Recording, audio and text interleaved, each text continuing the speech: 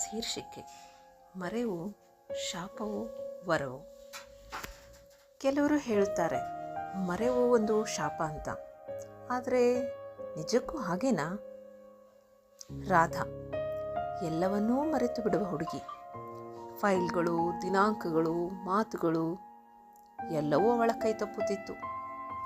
ಎಲ್ಲರೂ ಅವಳನ್ನು ಕರೆದರು ಮರುವಿನ ರಾಣಿ ಅಂತ.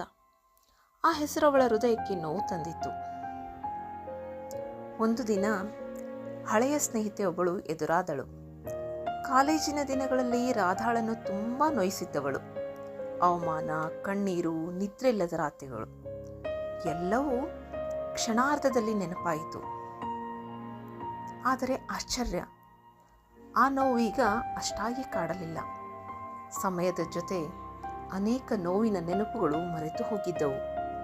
ಅಂದೇ ರಾಧಾ ಅರಿತುಕೊಂಡಳು, ಎಲ್ಲವನ್ನೂ ನೆನಪಿಟ್ಟರೆ ಬದುಕು ಭಾರವಾಗುತ್ತದೆ.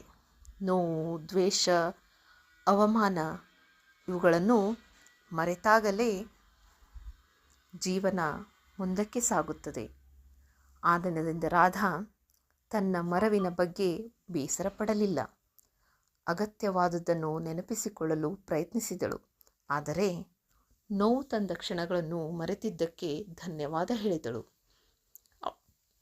ಅವಳು ನಗುತ್ತಾ ಹೇಳಿದಳು, ಮರೆವು ಯಾವಾಗಲೂ ಶಾಪವಲ್ಲ, ಕೆಲವೊಮ್ಮೆ ಅದು ದೇವರು ಕೊಟ್ಟ ವರ. ನಿಮಗೆ ಹೇಗನಿಸಿತು? ಮರೆವು ಶಾಪವೋ ಅಥವಾ ವರವೋ? ಭಾವಸುದೆ.